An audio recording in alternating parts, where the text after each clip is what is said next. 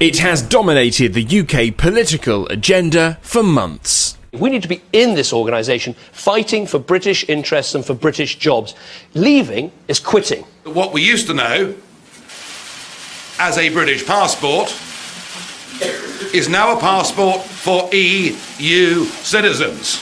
If we quit the EU, then there will be a big economic price to be paid.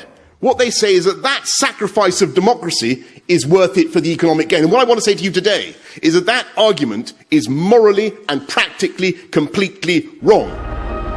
The arguments have now been made. Campaigning has caused deep divisions inside the government, with senior cabinet ministers and the Prime Minister battling against each other.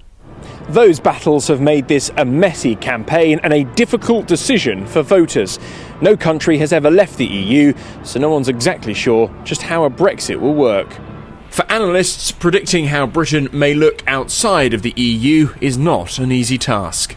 It's very hard to judge exactly how Britain's influence on the world stage would be affected. At one level, the UK would no longer have a voice in the EU, and that would clearly weaken both that element of Britain's voice and the EU.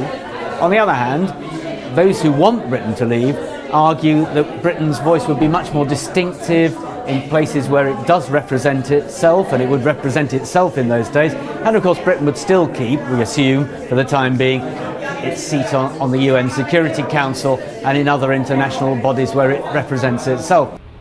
Polls open Thursday morning and will close at 10 p.m. UK time, 11 p.m. South Africa.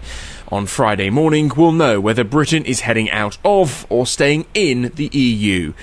What's for certain is the future relationship between the UK and the Union will be changed forever. Dan Whitehead, SABC News, London.